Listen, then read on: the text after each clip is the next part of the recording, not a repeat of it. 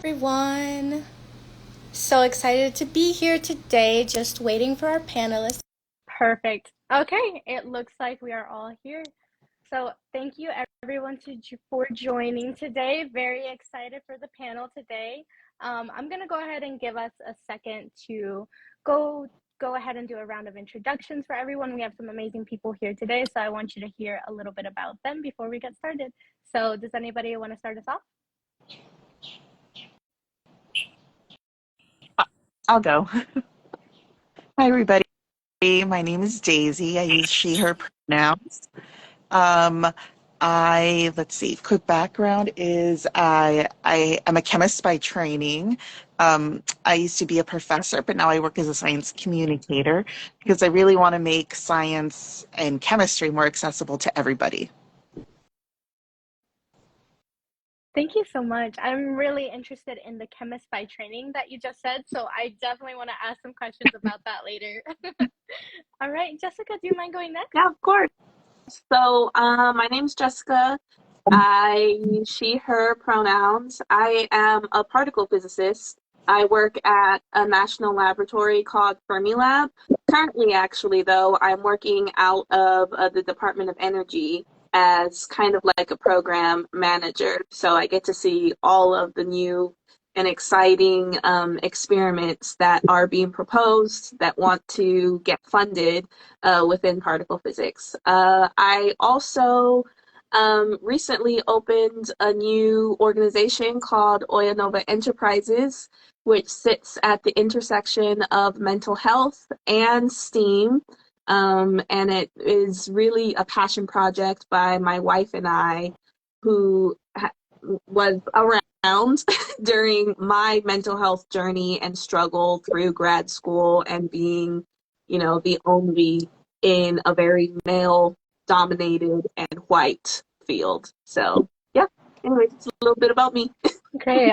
I'm happy to. I actually spent a while looking at your Oyanova yesterday, just delving into everything that you have in there, and I found it really interesting. So definitely some questions on that later. Awesome. And then Jocelyn, do you mind introducing yourself as well? My name is Jocelyn, and I'm currently a college student, and I'm currently also a Girls Who Code fellow.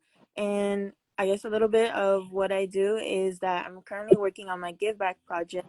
Can't give too much details yet, but I'm excited to post soon about it. But I'm making this website of creating more accessible to have more accessible for girls, younger generation, for girls to have the opportunity to have more STEM opportunities here in my community. Another thing is that I'm currently also working on a robotic arm. I've been 3D printing stuff for it. Been working from home, I guess, on it. And then also I currently started doing research in astronomy, coding. So we're learning about like this. We're using a telescope data to find out the distance of the stars. That's what I'm currently working on. I love it. It sounds like you have a lot going on, and that's a lot for a college student, especially since you're in your senior year, right? Yeah. That's a lot. I'm very impressed Thank you. by all the collection that we have here. I do want to start off with a question. So it sounds like we're very accomplished. We've done a lot. What are some of the challenges that you've faced getting to where you are now and the career that you are and the way that you are personally? I just want to hear kind of some of the things that you faced while getting to the point that you are in your life now. Anybody can feel free to take this one. Go ahead. It's up for grabs for anybody. I'll take it.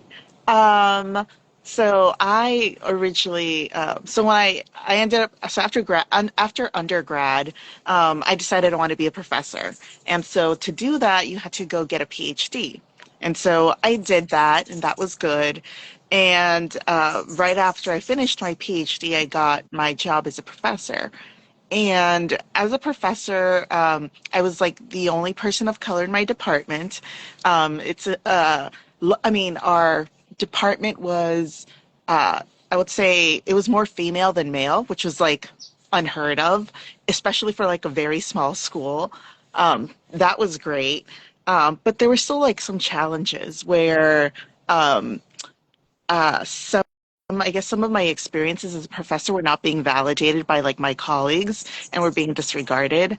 And so I actually made a pivot where I actually decided to leave that job um, to one, find uh, a more welcoming working environment, but as well as trying to follow my other passion, which is like science communication and trying to make chemistry and science more accessible.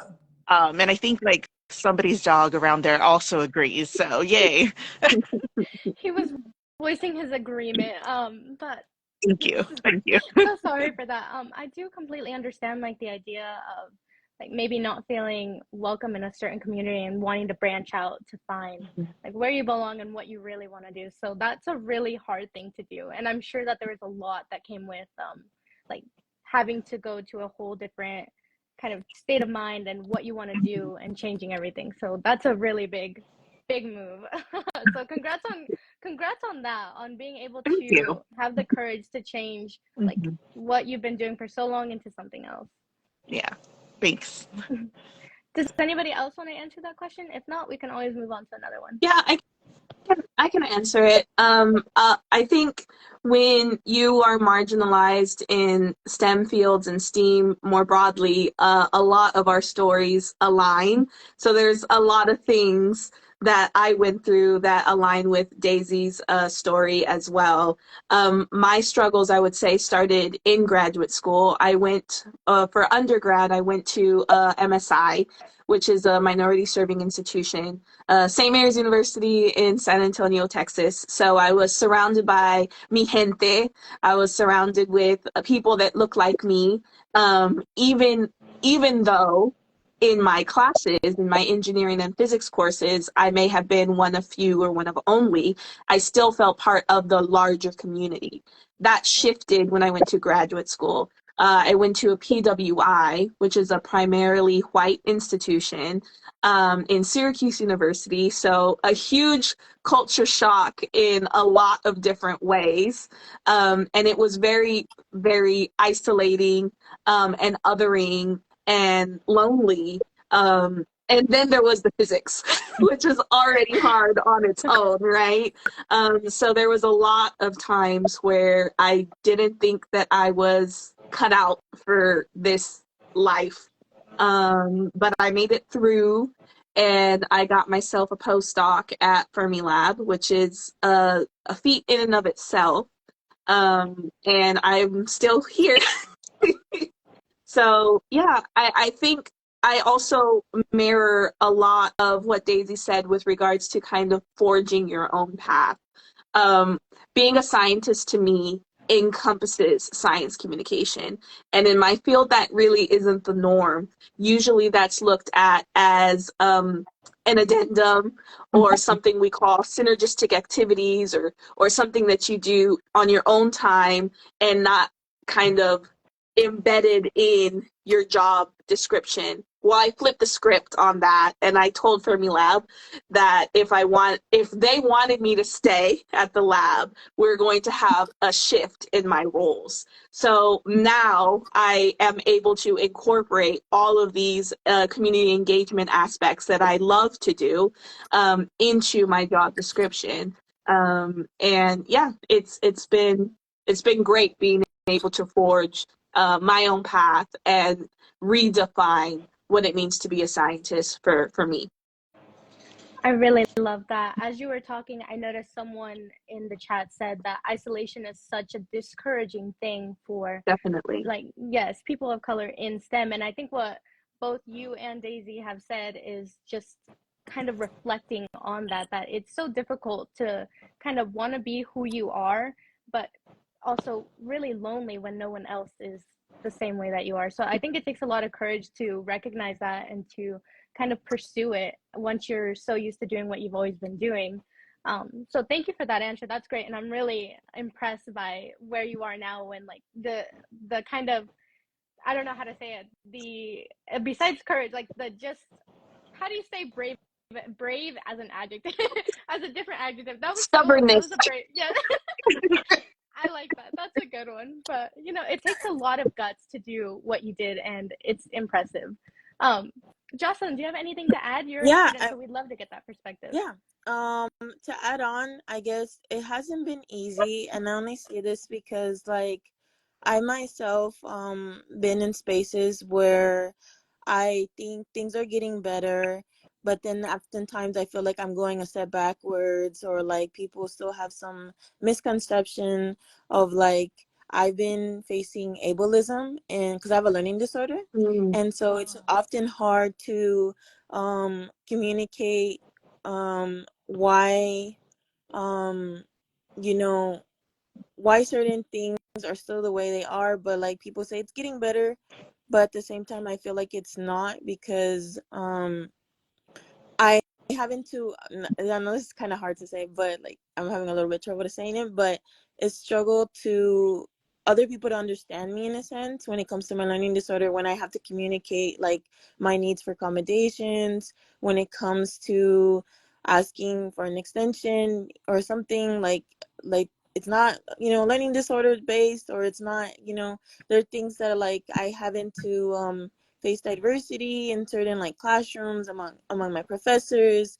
It gets misinterpreted the wrong way, having often to be isolated or not even bothering asking the professor to go to office hours at all, or having to not be in those spaces because I'm like, if I go, he's gonna find me annoying, or if I she or he may think that like I'm dumb or something, that I'm not sure what I'm doing in the class, or like question myself that like, do I even belong in this major, because I be asking questions that are like in the context of the coursework.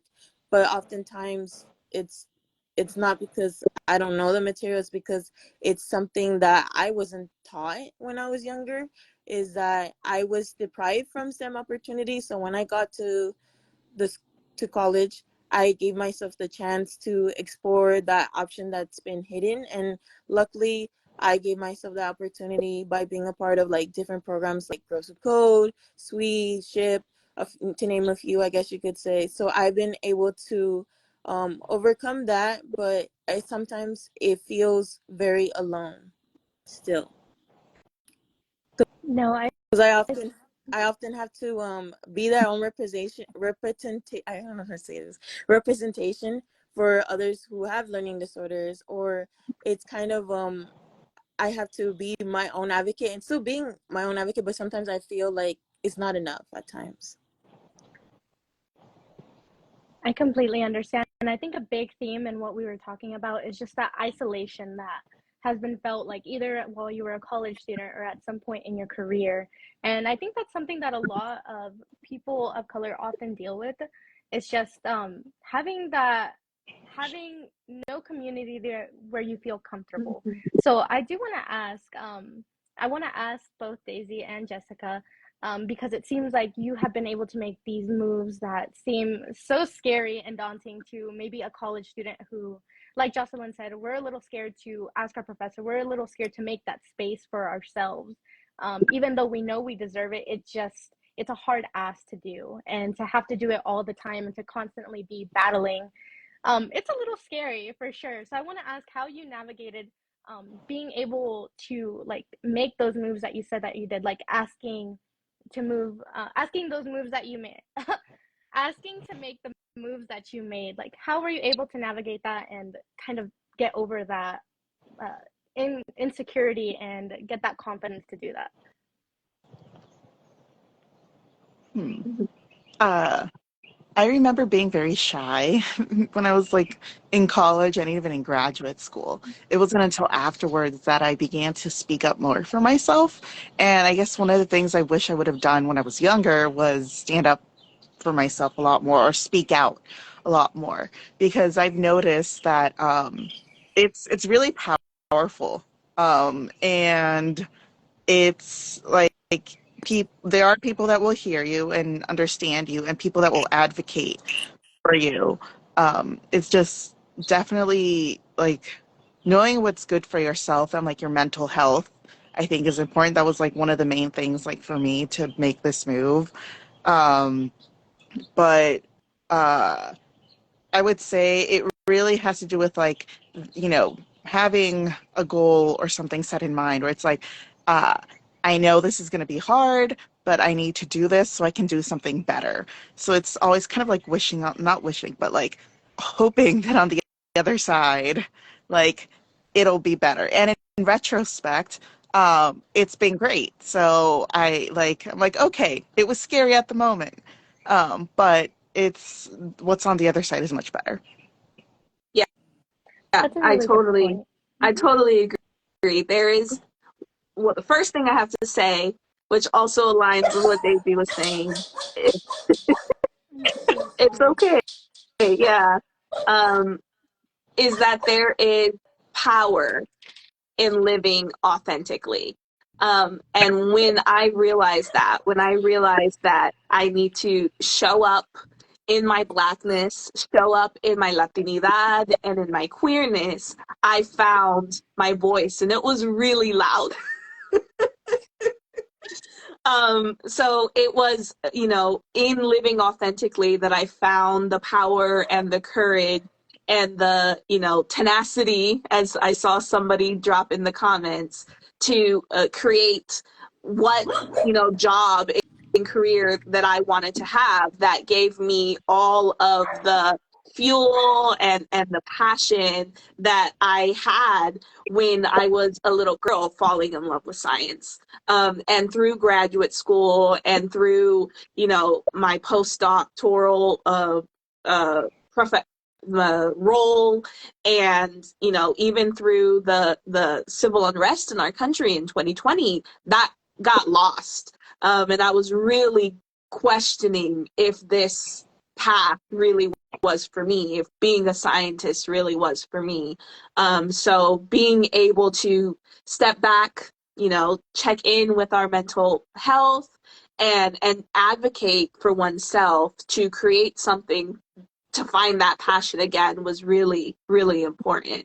But yeah, I think the first step I would tell a college student is to really, one, figure out who you are, and then live it authentically 100%. Whether or not somebody wants you in that space, it's not up to them to decide.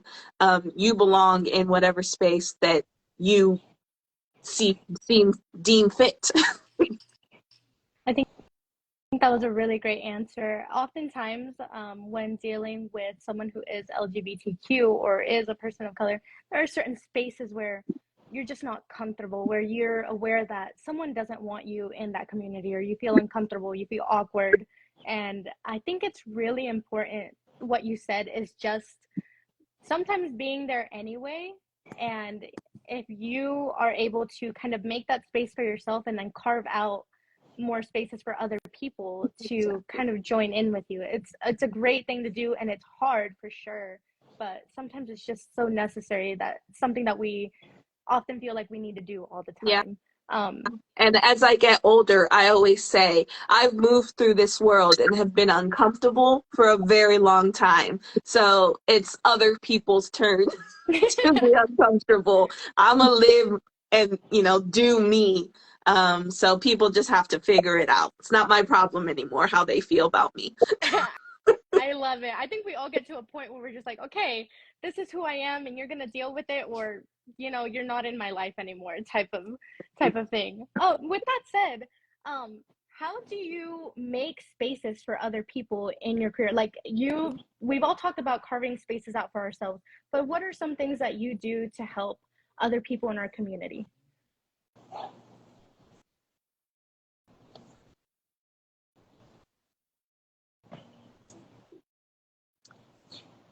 Okay, I'll take it. The silence. So I've done a lot to create communities and spaces in STEM fields, but I do want to caveat this with the fact that creating the spaces that I've created, like Black in Physics, which is another organization that I've co-founded, that these these were moves that I made as a form of survival, and that they shouldn't have been a burden, I guess, that I myself carried, right? So I do want to, caveat that with these spaces, these safe havens should already be there, and it is unfair that marginalized people not only have to live in these, at the margins, in these homogeneous ecosystems, and also build safe havens for themselves and for people that look like them. So I caveating right there, right? But I did have to create these spaces, and they have been really life-giving and affirming, not only for myself, but for the community that I've built within them.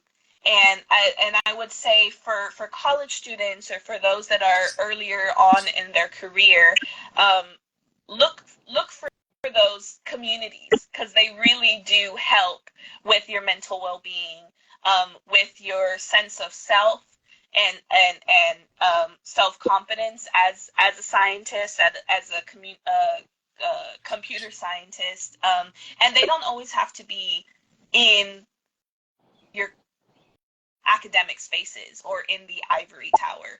So one thing that I did that's really off the beaten path was, in graduate school, I went and got a job at Lane Bryant at the mall. And it was, well, one, you don't get a lot of money as a graduate student. You do get paid to learn, which is really cool, but it's not a lot of money.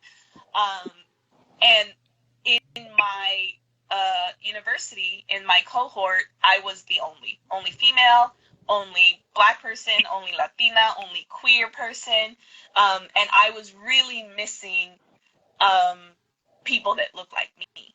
So at Lane Bryant, I found that community. I found that community of like-minded, strong women of color that loved fashion and makeup and hair and nails, and I was able to, girl out and geek out with these people that are still in my life, that are still really good friends, that uplifted me and gave me the confidence of who I am and what I was going for in graduate school, and that was so needed. So find that community if you don't have it, and it doesn't have to be in the stark white walls of your university. And I would say, as a last resort, if you can't find that, you can always build that community. There are always people that are looking to connect with folks that look like you in STEAM. I really love that answer, especially the part where you said that, we're sometimes forced to make those spaces, and that we shouldn't have to be all the time. And it's I can't hear you. Oh, can y'all all hear me? Daisy, can you hear Dissy? You can. So it's just me. I think it's your AirPods. I think I connected to your headphones. Your headphones? Yeah. While you were talking today. Can you hear me now? Yes. Rustling? My headphones now work. You switched sounds about halfway through what you were talking. Yeah, okay. I figured that's what it was. But thank you so much for that answer. I really appreciate how in depth you went, especially about like not always searching for community within like your college, within your students, within that, but also searching out in other places where you're not always spending your life in school. Hopefully you're not always spending your life in school, and you do go out and you do have a personal life and you have community in other places. So that was a great answer. We have about 3 minutes here, so I am gonna ask my last question. So as we celebrate Hispanic Heritage Month, what does this celebration mean to you personally? And then what's one last message that you'd like to leave for our viewers here today?